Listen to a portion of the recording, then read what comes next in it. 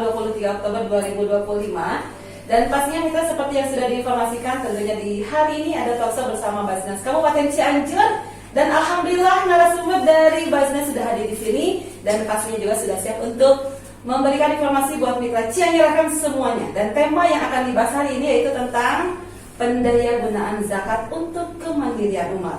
Sudah tidak sabar pengen bertanya? Sabar dulu, karena tentunya kita harus kenalan dulu dengan narasumber dan tentunya juga harus mendengarkan penjelasan terkait dengan tema yang akan dibahas hari ini. Dan narasumbernya ada Bapak Ustadz Haji Budi Muhammad SPDI selaku Kepala Bagian Pendayagunaan. Betul Bapak? Iya, betul. Assalamualaikum. Waalaikumsalam warahmatullahi wabarakatuh. Wilujeng enjing Bapak. Alhamdulillah ya Pak, kita bisa ketemu lagi setelah beberapa tahun ke belakang ya Pak. Terakhir kita di kuis ya Pak, kita ketemu. Dan Bapak hari ini kesini lagi, gimana kabarnya, sehat Pak? Alhamdulillah sehat. Sehat ya Pak, sehat selalu. Dan pastinya juga Bapak tidak sendiri, di belakang layar banyak, kita sapa dulu. Supporternya banyak ini, supporternya banyak. Ramai lah pokoknya mah. Dan juga ini para supporternya hadir di sini. Dan nanti buat kita yang mau gabung boleh ya di 270-300-nya. Atau juga boleh di 0857-2264-6792. Dan juga nanti di live TikToknya, di live IG-nya juga kita live di YouTube channel Cianjur Club-nya. Boleh ya, nanti pantengin terus. Nah ini Pak, tema yang dibahas yaitu pendayagunaan zakat untuk kemandirian umat. Iya. Nah ini Pak, maksudnya seperti apa sih pendayagunaan zakat itu, dan emang penting ya Pak pendayagunaan zakat ini untuk masyarakat khususnya di Kabupaten Cianjur? Seperti apa Pak? Silakan Pak. Baik, terima kasih untuk waktunya. Kita dari Basnas Kabupaten Cianjur merasa tersanjung dengan adanya waktu yang dikhususkan dalam pembahasan tentang bagaimana Basnas mengelola zakat, infak, dan sedekah yang terkumpul di Basnas. Nah, seperti kita ketahui bersama bahwa dalam penyaluran dana zakat, infak, sedekah itu terbagi dua. Ada yang disebut dengan pendistribusian, ada yang disebut dengan pendayagunaan. Nah saat ini kita sedang atau akan membahas pendayagunaan. Nah untuk pendayagunaan itu sendiri, kalau melihat dari Basnas nomor 3 tahun 2018, itu disebutkan bahwa pendayagunaan adalah bentuk pemanfaatan zakat secara optimal tanpa mengurangi nilai dan kegunaannya dalam bentuk usaha produktif sehingga berdaya guna untuk kemaslahatan umum. Jadi ada sedikit beda pola dengan pendistribusian. Kalau pendistribusian itu bersifat konsumtif, artinya sekali diberikan dan saat itu habis. Adapun pendayagunaan itu bersifat produktif. Jadi artinya dana yang diberikan itu kita mengharapkan menjadi satu penambahan kekuatan dalam usaha dan dalam pencapaian kemandirian mustahil, seperti itu. Kemudian kenapa ini menjadi penting? Karena memang di pendayagunaanlah Basnas Kabupaten Cianjur berusaha melaksanakan fungsi utamanya pengentasan kemiskinan, kemudian peningkatan kesejahteraan mustahil, dan juga untuk meningkatkan kapasitas produktif.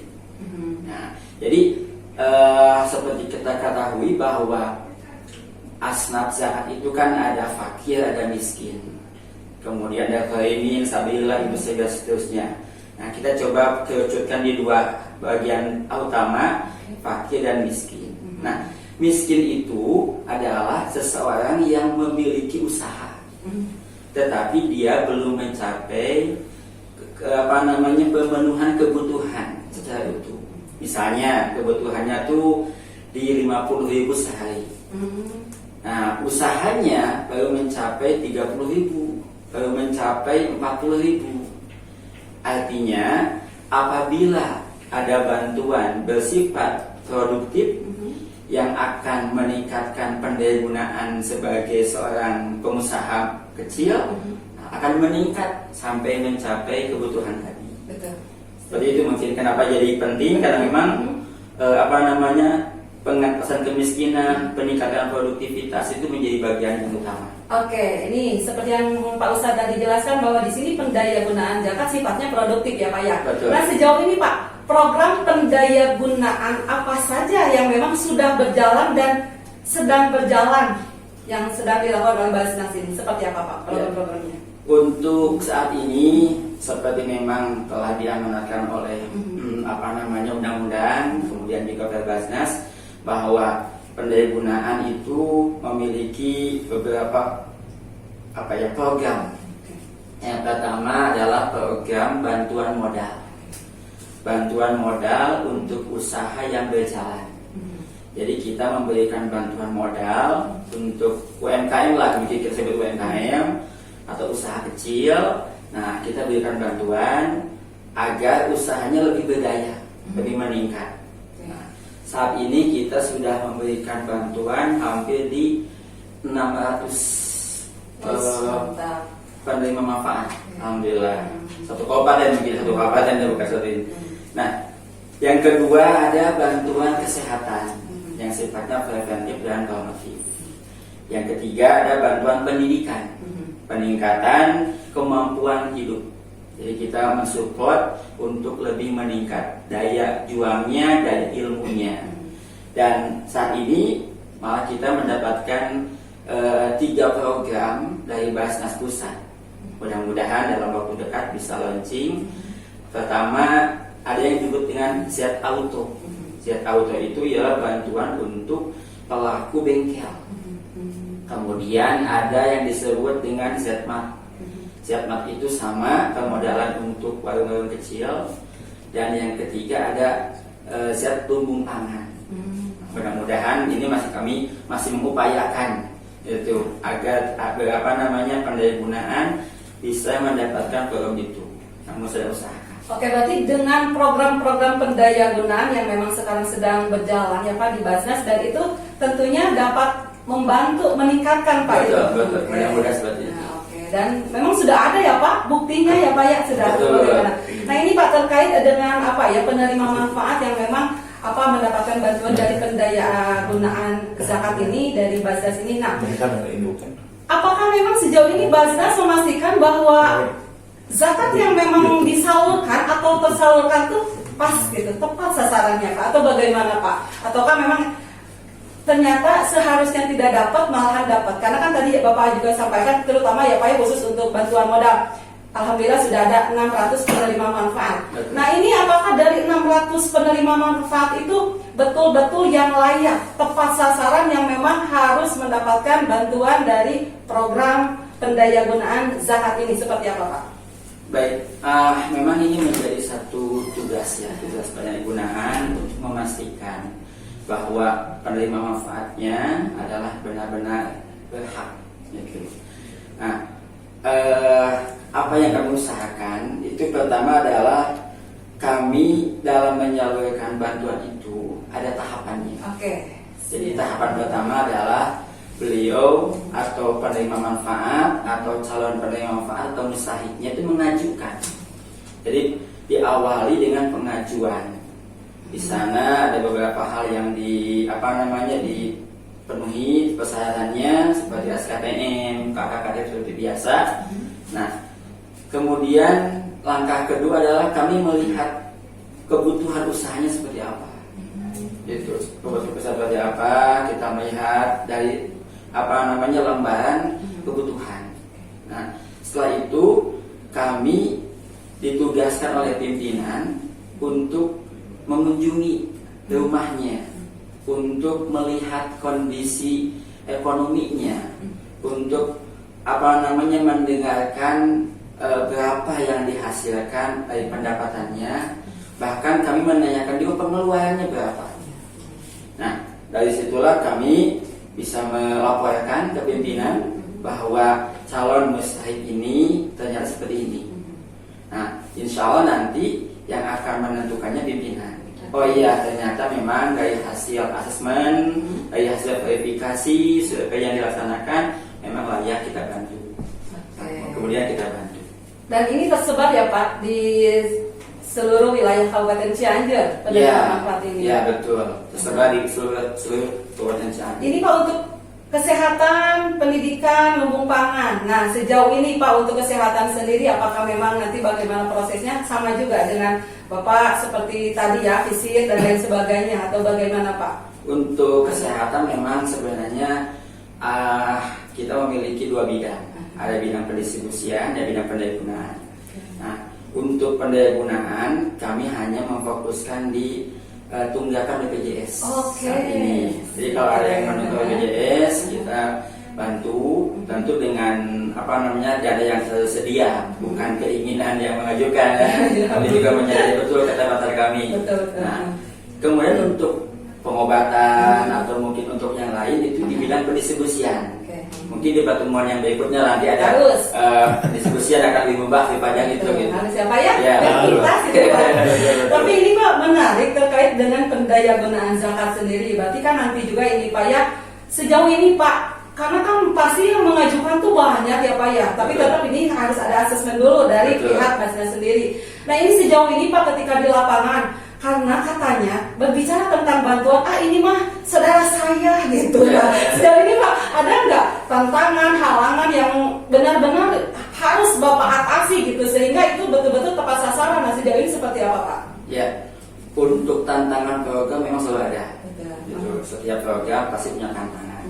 Nah, kami di Basnas Kabupaten Cianjur itu diarahkan oleh pimpinan untuk berkomitmen dengan mustahik. Siapapun datangnya dari manapun, apapun wilayahnya, kalau mustahik kita bantu. Itu yang pertama. Seperti itu. Jadi tidak dengan saudara siapa, tidak dengan mustahik bukan, itu yang ditanya. Kalau mustahik kita bantu. Nah itu yang pertama. Yang kedua adalah tantangan yang sering kita temui di lapangan adalah menyamakan persepsi program. Nah, itu. Jadi apa, Pak? Kita itu menginginkan, gitu ya, ketika selesai asesmen, ketika dinyatakan memang berhak, kemudian kita bantu. Betul. Nah, ketika membantu itulah kita ada pengarahan dulu. Ya. Jadi kita mengumpulkan dulu mustahik itu di aula, kita kasih arahan untuk menyamakan persepsi. Jadi kenapa? Karena dananya kan dana produktif, bukan dana konsumtif. Nah, jadi ada pengarahan. Yang pertama itu menyamakan persepsi, mohon dengan sangat, walaupun memang keadaan tidak mudah, saat ini ekonomi tidak mudah, mohon dengan sangat jangan kalian tenia dulu. Iya. Karena itu merusak ekonomi keluarga, kan? Jangan kalian dulu. Nah itu pun sudah jadi tantangan. Ya. Karena memang di sebagian masyarakat ada yang mungkin gitu ya sudah gimana seperti itu. Nah, yang kedua, kami menginginkan di para penerima manfaat itu ada perubahan kebiasaan. Nah, seperti apa? Nah, perubahan kebiasaan itu ialah menghabiskan dana yang dihasilkan dari usaha. Setiap mungkin mendapatkan keuntungan atau apa, dihabiskan semuanya. Iya. Besok cari lagi seperti itu. Minta lagi gampang, bukan lagi. Gak bisa gitu ya Pak. Emang tidak bisa seperti itu. Nah, kita menginginkan ada perubahan kebiasaan. Itu yang pertama adalah coba melaksanakan infak. Infak. Oh itu mah mungkin ada yang mengatakan itu mah bukan pekerjaan mustahik. Infak itu pekerjaannya orang yang mampu. Infak itu sebenarnya alat untuk mendorong kesejahteraan. Betul, setuju Pak. Utlubul ghina bisadaqah. Carilah kekayaan itu dengan bersedekah. Nah, kami mengharapkan ada perubahan manajemen keuangan dari para penerima mustahik itu dengan adanya infak. Nah, malah kami menyediakan alat infaknya, tempat infaknya dengan tabung sedekah namanya. Jadi ada kotak amal, ada tabung sedekah. Nah, kita membuat tabung sedekah itu untuk dipegang oleh para penerima manfaat di tempat usahanya, disimpan.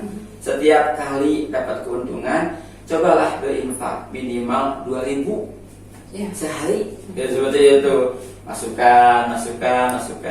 Nanti setelah 1 bulan bawa ke Basnas Iya. untuk diinfakkan di Basnas. Ada yang menanyakan saya kenapa mesti ke Basnas? Tetangga saya juga butuh, misalnya seperti itu atau seperti apa? Kenapa mesti ke Basnas?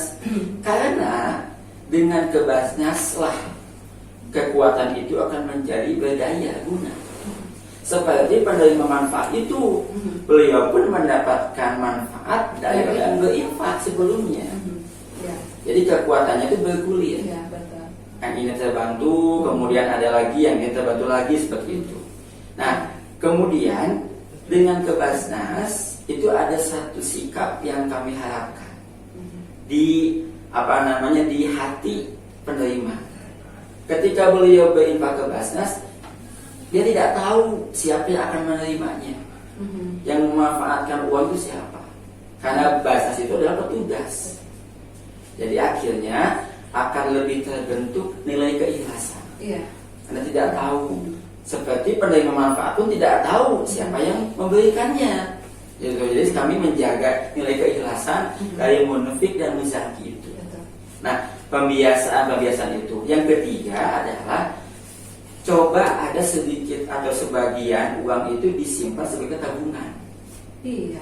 Bila nanti ada kondisi-kondisi yang mendadak sulit seperti itu. Nah, jadi kami sebagai tantangan adalah yang pertama menjelaskan persepsi program bahwa ini bukan uang yang habis sekali pakai. Malah kami sering mengatakan kami tidak ridho kalau uang yang kami berikan ini, bantuan modal ini digunakan untuk beli HP atau untuk beli pulsa atau untuk beli token, tidak. Ini gunakan untuk modal. Kecil, iya kami akui, tidak besar. Tapi mudah-mudahan karena uangnya dari muzaki, bersih dari zakat, bersih dari infak, bersih, insya Allah akan lebih bermanfaat, berkah begitu. Berarti memang di sini sifatnya berkelanjutan dan bergulir ya Pak ya? Betul, kami harus seperti itu. Jadi jangan sampai si penerima manfaat sudah habis dikasih misalkan ya Pak, modal pertama ternyata habis minta lagi. Dan seperti itu ya Pak ya. Jangan sampai. Oke, minta Cianjur FM yang sudah gabung, terima kasih. Boleh ya di 270-300-nya atau juga boleh 0857-2264-6792-nya. Dan ini Pak, sudah ada yang gabung lewat WA-nya. Kita terima dulu ya Pak ya, kita baca dulu. Yang mau telepon boleh ya di 270-300-nya atau juga boleh 0857-2264-6792. Ini ada siapa ini? Dari Kang Irian di Lumur Tengah. Assalamualaikum, selamat pagi Bapak Ustadz dari Basnas. Ini mau tanya bagaimana zakat dapat berperan dalam meningkatkan kesadaran sosial di kalangan masyarakat katanya. Apalagi sekarang yang pengennya itu sebagai penerima saja tapi mengeluarkannya kadang susah. Nah, bagaimana Bapak menyikapinya kalau misalkan masih ada hal seperti itu? Betul. Seperti apa Pak? Betul sekali memang ketika seseorang mendengar Basnas, kadang-kadang yang terpikir adalah meminta, bukan memberi, gitu kan? Nah, ini juga yang menjadi PR kami untuk membangun satu pemahaman utuh di masyarakat, itu bahwa ayadul uliya khairun min yadis sufla, bahwa tangan di atas itu lebih baik dibanding dengan tangan di bawah. Itu artinya mari kita berusaha untuk jadi orang yang memberi, bukan yang menerima. Adapun bila memang keadaan begitu mendesak atau begitu darurat dan harus meminta, kita siap melayani. Selama itu adalah mustahik, seperti itu. Kalau bukan mustahik, nah kita mempunyai kedisiplinan. Gitu. Lalu bagaimana caranya? Nah, tentu ini tidak mudah. Melalui seperti media inilah kami memberikan pemahaman bahwa yuk bantu yuk saudara kita yang berada dalam tingkat mustahik. Karena kan seperti kita ketahui bersama ada 3 tingkat. Ada mustahik yang harus dibantu. Betul. Ada munfi yang tidak perlu membantu, tidak perlu dibantu, maaf. Ada yang muzaki yang harus membantu. Nah, jadi seorang mustahik itu mesti dibantu karena memang keadaannya sulit. Kemudian ada munfik yang tidak perlu dibantu karena memang sudah mandiri. Tapi dia dianjurkan, dihimbau oleh agama untuk membantu. Seperti itu. Ada muzaki mah kalau tidak membantu disiksa sama Allah Ta'ala. Ini muzaki sudah sangat ini kan mampu sekali. Sudah di atas. Itu seperti apa? Nah, terkadang di tingkat munfik ini beliau itu sudah munfik sebenarnya, tapi mau masuk ke tingkat mustahik. Itu yang kadang-kadang, Pak, Bapak mah bukan mustahik, Bapak munfik. Enggak, saya juga mau kalau dalam rumah. Seperti itu. Itu yang saya jadi kendala gitu. Oke, ya. Nah, tapi kalau misalkan ternyata yang setelah tahu ternyata seperti itu, masyarakat ternyata semakin tertarik dan ingin berpartisipasi, ternyata ya udah kita sedekahnya lewat baznas aja, tapi tidak tahu bagaimana caranya gitu Pak. Nah, itu seperti apa? Apakah memang setiap personal harus datang langsung ke baznas nih Pak, saya mau mengeluarkan zakat lewat baznas, atau bagaimana? Ataukah memang ada misalkan perwakilan dari tiap-tiap kecamatan, atau bagaimana Pak? Di kolektif atau bagaimana sifatnya Pak? Betul. Kami di Baznas Kabupaten Cianjur sudah berusaha memudahkan pelaksanaan infak zakat kepada Baznas Kabupaten Cianjur. Ada beberapa usaha yang kami laksanakan. Pertama, bisa dengan datang ke kantor. Selama hari kerja, kemudian jam 8 sampai jam 3 atau mungkin sampai jam 4 juga bisa, kami tetap membuka layanan. Seperti itu. Nah, biasanya ada beberapa orang yang justru menginginkan datang ke kantor, pengen nanya-nanya, pengen lihat-lihat, malah ketika nantinya ada didoakan langsung seperti itu. Nah, kemudian ada lagi yang kedua, kami memberikan layanan berupa transfer. Ada rekening khusus zakat, ada rekening khusus infak. Kami pisahkan seperti itu. Nah, kemudian juga bisa melalui QRIS, melalui barcode, kemudian melalui website, pembayaran melalui website. Malah kita juga melaksanakan satu layanan jemput zakat. Ada jemput zakat dengan nomor nomor layanannya 0877 7134 5995. Nah, di nomor itu bisa dipanggil kami, Pak, kita nih mau zakat, mau infak. Nah, dipanggil. Sekali lagi 0877 7134 5995. Itu. Selama memang kami ada, kami siap jemput. Nah, itu berupanya harus berupa apa Pak? Nanti apa yang dizakatkannya harus berupa uang aja atau bagaimana? Kalau memang tuntutan syariahnya berbentuk uang, kami siap menerima. Atau mungkin misalnya padi-padian bisa seperti itu. Kita mau zakatnya dengan padi, siap kita menerima. Karena memang kami memiliki sistemnya untuk pendistribusiannya dari guna tadi. Oke. Nah, Pak Mitra, ternyata sudah banyak yang masuk lewat SMS WA-nya, tapi kita jeda dulu ya. Siap. Bapak Ustaznya istirahat dulu ya Pak ya. Tapi Bapak jangan dulu pulang, masih ada waktu nanti sesi pertanyaan masih banyak Pak. Dan Mitra Cianjur kan yang sudah nonton lewat TikTok-nya, selamat pagi. Kita sapa dulu yang lewat YouTube-nya, selamat pagi juga. Dan yang mau telepon jangan dulu iklan, katanya mau telepon dulu. Cianjur FM masih di sini tentunya di Talkshow bersama Basnas Kabupaten Cianjur dengan narasumber Bapak Haji Ustaz Budi Muhammad SPDI selaku Kepala Bagian Pendayagunaan, membahas tentang pendayagunaan zakat untuk kemandirian umat. Ya, tambah semangat kalau supporternya banyak di sini, mana tuh? Ya, Pak Awan senang gitu ya. Bapak juga siap ya Pak ya, masih di sesi selanjutnya. Nah, ini Mitra Cianjur FM yang sudah masuk lewat SMS-nya, terima kasih. Kang Fajri, terima kasih ya. Ini dari Pasir Hayam. Ada pertanyaan buat Bapak Ustaz katanya. Pak, ke pertanyaan dulu ya. Nanti dilanjut ke pembahasan. Katanya gini Pak, apa hukumnya bagi seseorang yang tidak membayar zakat padahal sudah memenuhi syarat wajib membayar zakat? Seperti apa? Baik. Apa hukumnya ketika seorang sudah mencapai nisab begini ya? Sudah mencapai nisab, sudah hawa juga mungkin, kemudian tidak melaksanakan. Itu hukumnya adalah beliau berdosa besar. Dosanya itu besar bukan kecil lagi. Kenapa? Karena hukum zakat itu sudah nas dalam Al-Quran dengan al-qat'i, kemudian di hadis-hadis juga begitu jelas. Nah, itu sangat berbahaya bagi dirinya seorang muzaki yang tidak berzakat. Di dunia saat ini itu beliau akan merasakan sial dari tidak melaksanakan zakat itu. Kemudian di akhirat nanti itu akan disiksa oleh Allah Ta'ala.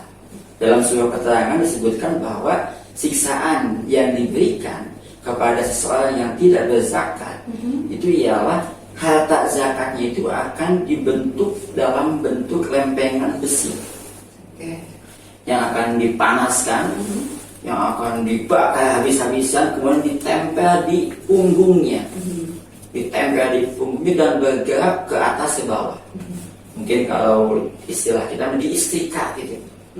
Itu harta zakatnya akan menjadi bahaya bagi dirinya nanti di akhirat, dan saat ini pun akan membahayakan. Kenapa? Karena dengan tidak berzakat tadi sebenarnya dia sedang mengambil hak orang lain. Malah dalam satu keterangan disebutkan hak zakat itu bukan hak manusia, tapi hak Allah. Min haqqillahi ta'ala. Artinya seperti ini. Misalnya saya wajib zakat nih, saya seorang yang wajib zakat. Kemudian saya mendatangi mustahik penerima zakat. Kemudian saya ceritakan, Pak, saya itu tidak mau zakat, cuma saya mau kasih aja di uang sama Bapak, mungkin setengahnya lah. Wajib zakatnya itu sekian puluh juta, kemudian saya cuma kasih 500.000 aja sama Bapak ya. Maaf ya, tidak zakat ya. Kemudian si mustahik itu mengatakan, ya nggak apa-apa Pak. Nah, tetap karena ini adalah hak Allah, saya tetap berdosa. Jadi ada hak Allah, ada hak manusia. Kalau hak manusia seperti contohnya, saya ini seorang suami, kemudian saya punya istri, kemudian saya itu tidak bisa menafkahi hari ini karena memang tidak punya uang. Nah, kemudian saya minta ridhonya sama istri saya, Bu, maaf ya hari ini nggak bisa kasih nafkah karena memang usahanya sedang tidak ada. Ya nggak apa-apa Pak. Nah, tidak apa-apanya dari perkataan istri saya itu menjadikan saya tidak berdosa, karena itu hak istri. Tapi kalau hak Allah, walaupun mustahiknya mengatakan tidak apa-apa, tidak berzakat, tetap berdosa, karena hak Allah yang dilanggar. Makanya bagi para muzaki, saya harapkan ayo berzakat. Insya Allah masih banyak sisanya. Kita bayangkan saja seperti ini, Bu. Kita punya uang 1 juta rupiah. Kemudian ada kewajiban nih mengeluarkan 2,5%. Maka berapa yang dikeluarkan? Hanya 25.000. Artinya sisanya itu 975.000. Masih besar sisanya dibanding dengan zakat yang dikeluarkan. Makanya jangan takut miskin dengan berzakat, karena memang tidak memiskinkan. Justru yang pasti adalah mendapatkan pahala, melaksanakan kewajiban, dan mendapat keberkahan di dunia saat ini. Seperti itu ya. Bapak terima kasih ya. Ya siapa tahu ya Pak ya. Ya mudah-mudahan mendengarkan pencerahan Pak dari Bapak. Semangat betul. Nah ini Pak kembali ke pendayaan zakat untuk kemandirian rumah. Tapi sebelumnya kita terima dulu ada telepon. Halo, selamat pagi. Siapa di mana? Iya. Siapa di mana?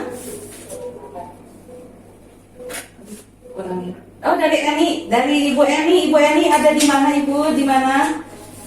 Ibu Eni dari Solo Pandan. Silakan Ibu, pertanyaannya. Ada yang mau ditanyakan?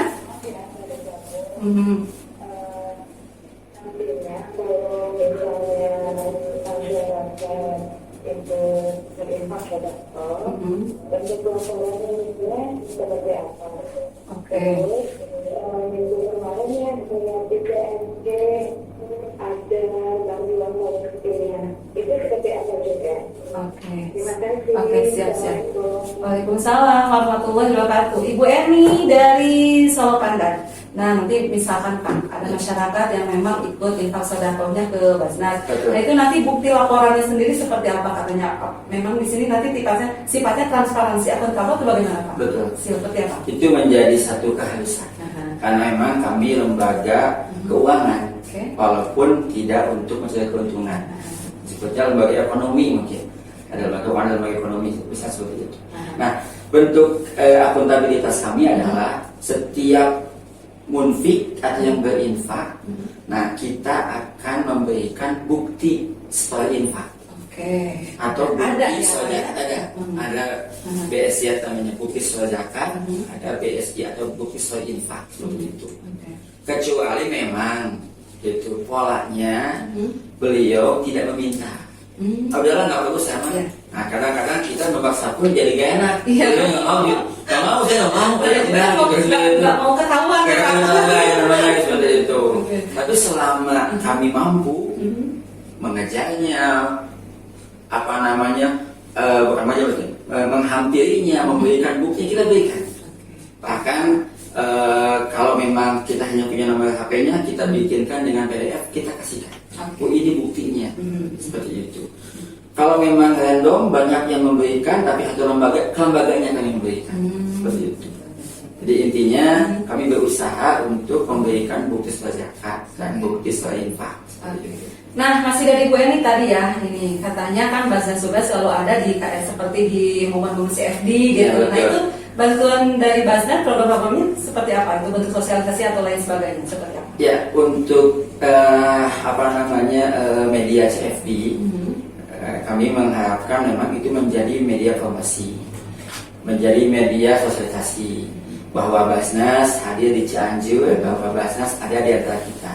Nah, adapun yang kami lakukan di CFD itu ialah untuk saat ini mungkin ya terkait bantuan Palestina. Jadi kami sedang menggalakkan di UPZ unit pengumpul zakat dari mulai kecamatan, desa dan DKM adanya pengumpulan bantuan untuk Palestina. Kemudian kami sengaja mendatangi tempat-tempat keramaian dan berharap ada para munfik yang tergerak hatinya untuk membantu Palestina. Kami bisa pastikan dana yang terkumpul di kami di Basnas untuk Palestina itu akan tersalurkan sampai ke Palestina. Kenapa? Karena kami lembaga resmi, lembaga resmi yang memiliki jaringan sampai ke Palestina. Kami punya Basnas provinsi, Basnas pusat, dan Basnas pusat inilah yang akan menyampaikan dana tersebut, dan itu sudah terbukti. Bila mungkin Bu Eni akan ingin melihat seperti apa, bisa datang ke Basnas. Kita ngobrol panjang gitu. Siapa tahu ya, jadi langsung tergugah gitu. Nah ini kembali lagi ke pendayagunaan zakat untuk kemandirian umat, dan tentunya juga seperti yang tadi Bapak sampaikan, berarti program-program yang memang pendayagunaan itu sudah banyak ya Pak ya. Dan ini Pak, bisa nggak berikan salah satu contoh biar masyarakat itu tahu bahwa penerimanya itu benar-benar ada dan nyata gitu Pak. Misalkan yang asalnya terpuruk terus mendapatkan bantuan dari pendayagunaan zakat untuk kemandirian umat ini Pak. Contoh kecil seperti apa? Misalkan Pak. Mungkin terkait contoh real ya Mbak. Iya. Contoh real pendayagunaan. Itu ada salah satu munfik. Kita menyebutnya munfik, bukan mustahik lagi. Karena awalnya mustahik beliau. Itu namanya Ibu Haji Entin Khadijah. Beliau itu beralamat di Kampung Baru, RT 02, RW 09, Desa Sukataris, Kecamatan Karangtengah. Nah, beliau itu menerima awalnya tuh sangat kecil, 250.000. Bantuannya itu di awal di 250.000. Kemudian beliau menggunakan itu untuk usahanya yang halal, berdagang makanan anak-anak seperti itu. Bertumbuh, kemudian Basnas melihat perkembangan yang baik, infaknya juga konsisten, baik, kita bantu lagi. Dari 2,5 itu mencapai jadi 500, kemudian berinfak lagi ke Basnas, kita tambah lagi bantuannya sampai di terakhir beliau itu bisa berinfak di 400.000 per bulan. Saya bayangkan 400.000 per bulan infaknya. Nah di titik ini kami itu menyetok bantuan. Kenapa? Karena beliau sudah bukan lagi mustahil. Artinya beliau sudah keluar dari tingkat mustahik, pindah ke munfik, orang yang berinfak.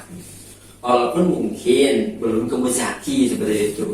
Jadi artinya tidak serta-merta jadi punya semuanya segala, enggak. Cuman ada tahapan, lambat laun, dan itu memang kami kami sangat mengapresiasi hal itu. Itu bisa dibuktikan lah kalau mungkin tetangganya dekat, bisa ditanyakan langsung kepada beliau. Seperti itu. Harus itu ya.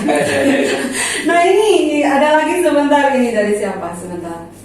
Teteh selamat pagi juga, salam buat narasumber dari Basnas. Basnas memang sangat-sangat berperan penting di masyarakat Kabupaten Cianjur. Terima kasih katanya Pak. Sama-sama. Wah, kalau ternyata masyarakat merasakan manfaat. Nah, Bapak bagaimana Pak perasaannya Pak? Justru ini kami sangat berbahagia dengan hal tersebut. Dan itu menjadi PR kami untuk menjaga nilai keamanan dari masyarakat, dari munfik, dari musaki, bahwa dana yang terkumpul itu harus disalurkan kepada mustahik atau program-program yang bersesuaian dengan syariah seperti itu. Nah ini ada lagi, apakah bisa menitipkan zakat ke seseorang saudara untuk disampaikan ke fakir miskin dan tidak lewat Basnas, dan itu apakah sah-sah saja atau bagaimana katanya Pak? Baik, misalnya saya Bilaki, kemudian menitipkan zakat ke saudara untuk disampaikan ke fakir miskin. Nah, maka sah zakat itu apabila sudah sampai ke fakir miskin. Jadi ketika dititipkan itu belum sah, belum sah karena beliau adalah wakil kita. Nah, kemudian ketika beliau menyampaikan zakat itu ke fakir miskin, maka barulah menjadi sah. Beda lagi kalau ke Basnas. Kalau ke Basnas, ketika kita titipkan ke Basnas, pada titik itu sudah sah. Artinya tidak perlu ragu lagi. Kenapa? Karena amilin itu adalah bagian yang disebut dalam Al-Quran, wal amilina alaiha, dan orang yang memanage zakat itu menjadi satu kekuatan. Seperti itu. Kang Heri ya di Cilanjang seperti itu. Jadi lebih afdol langsung ke Basnas. Nah seperti itu ya. Langsung. Jadi, bagaimana misalnya maksudnya? Bagaimana kalau saya punya saudara yang memang membutuhkan?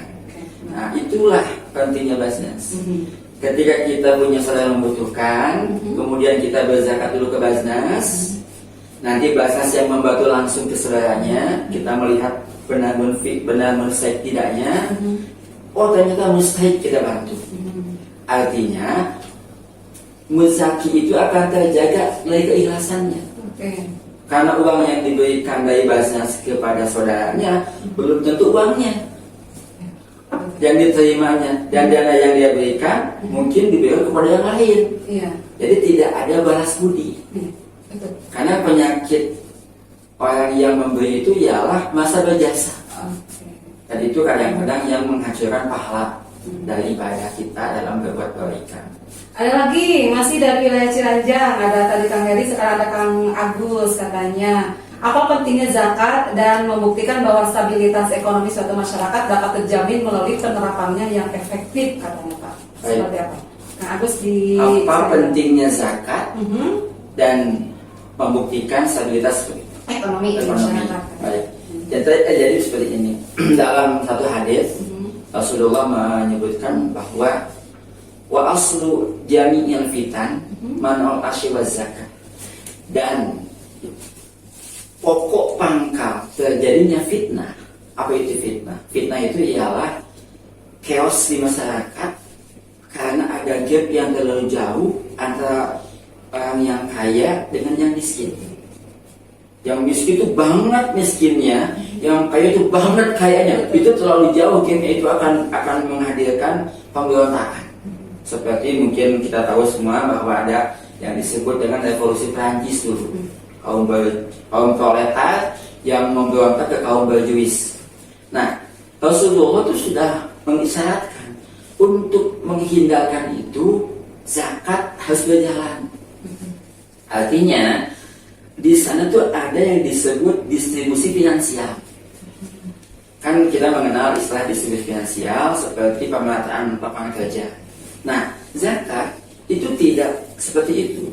Zakat itu langsung diberikan dari para muzaki ke amilin, kemudian dari amilin ke para mustahik itu langsung diberikan dan langsung terasa. Sehingga itu kestabilan ekonomi, kestabilan keamanan, kestabilan kesejahteraan itu terjaga.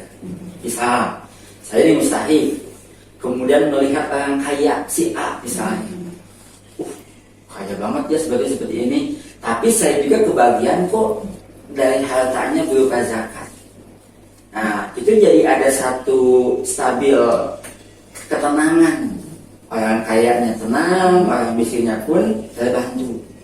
Beliau tidak akan tergerak untuk berontak, seperti ini. Nah, kemudian ketika dana zakatnya terkumpul di amil itu bisa membuat program. Nah, program ini yang akan menjembatani para mustahik naik tingkat menjadi munfi. Kalau saya muzaki, kemudian si A mustahik, saya orang yang berzakat, si A orang miskin, saya kasih uang, ini zakat saya ya, mungkin sah, dan ini pun terbantu, tapi tidak punya program saya, karena saya kan sibuk, dagang lagi, kerja lagi. Tapi kalau datangnya dari amilin, dia punya program. Pak, ini digunakan seperti ini ya, ini lanjutannya, ini seperti ini, seperti ini, seperti ini. Ada tahapannya, ada yang mesti dilakukan, ada proses input, proses dan outputnya, seperti itu. Nah, kami kira-kira berharap amilin ini itu digunakan oleh para muzaki agar dana zakatnya itu berdaya dengan program baru tadi. Nah, seperti itu. Sudah ini ya, tapi aduh, sangat menarik. Insya Allah ya Pak ya, nanti tentunya di pembahasan selanjutnya Bapak ke sini. Dan kita Cianjur FM, tak terasa ya sudah satu interval. Tentunya Bapak bisa temenin kita di sini dan tentunya mudah-mudahan apa yang disampaikan dapat bermanfaat. Tapi sebelum Pak Ustadz pamit, tentunya himbauan, harapan, pesan dan semuanya yang ingin disampaikan dari pihak Basnas sendiri untuk masyarakat seperti apa, khususnya di tema yang kita bahas ini Pak, pendayagunaan zakat untuk kemandirian umat. Seperti apa? Silakan Pak. Baik, kami Badan Kabupaten Cianjur menghimbau kepada para muzaki, para munfik untuk melaksanakan zakat infaknya di Basnas. Kenapa? Karena Basnas itu pasti aman syar'i, artinya sah, aman regulasi, artinya resmi, aman NKRI, artinya mempererat persaudaraan anak bangsa.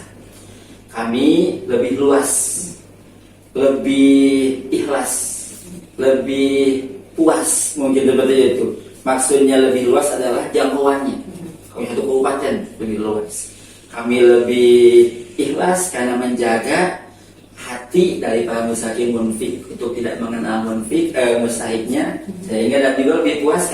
Pak Ustaz, oke. Demikian Mitra Cianjur FM talkshow kita kali ini, tentunya bersama Basnas Kabupaten Cianjur dengan narasumber Bapak Haji Budi Muhammad SPDI selaku Kepala Bagian Pendayagunaan dengan Bank Sema Pendayagunaan Zakat untuk Kemandirian Umat. Dan tentunya mudah-mudahan apa yang sudah disampaikan narasumber dapat bermanfaat untuk kita semuanya.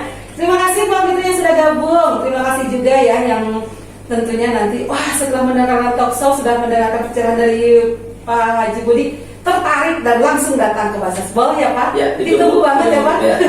Terima kasih. Ditunggu. Oke, ya langsung ke sana. Yang belum tahu alamatnya boleh disebutkan Pak. Baik, seperti sudah kita usul bersama bahwa itu ada di Komplek Kementerian Agama. Nah, di Jalan Raya Bandung, kilometer 188B ya. Nah, di Kampung Desa Dewata, Karangtengah. Oke.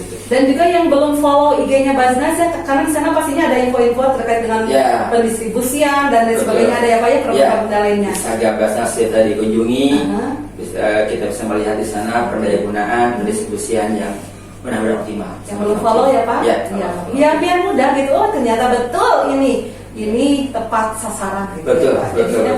Oke ya Pak Ustadz, sekali lagi terima kasih. Insya Allah ditunggu lagi di kesempatan lainnya Pak ya, untuk memberikan informasi lagi terkait dengan program-program lainnya. Tadi pendaya gunanya, siapa tahu bulan depan Pendistribusian, pendistribusiannya. insya Oke, terima Allah. kasih. Mitra Channel FM, mudah-mudahan ya sekali lagi dapat bermanfaat. Terima kasih dan mohon maaf tentunya kalau ada kesalahan dari kita berdua ya Pak, dan dari Betul. semuanya mohon maaf. Semuanya. Oke, yang bertugas hari ini Hasbah Yuni dan juga Bapak Ustadz Haji Budi Muhammad SPDI pamit undur diri dari ruang dengar mitra semuanya. Terima kasih. Akhir kata, wassalamualaikum warahmatullahi wabarakatuh. Mentari pagi bersinar cerah, harapan tumbuh di setiap langkah. Di Cianjur tanah penuh berkah, kita berbagi, kita berserah. Zakat menyucikan hati dan harta, mengangkat beban saudara kita. Lewat Basnas Cianjur kita salurkan cinta dalam doa, dalam asa yang nyata. Mari berbagi, ringankan derita dengan infak dan sedekah yang mulia. Takkan berkurang, justru bertambah. Hidup penuh rahmat dan berkah. Di tangan kita ada harapan untuk mereka yang kesusahan. Bersama Basnas Cianjur kita kuatkan iman cintanya, turun di setiap jalan.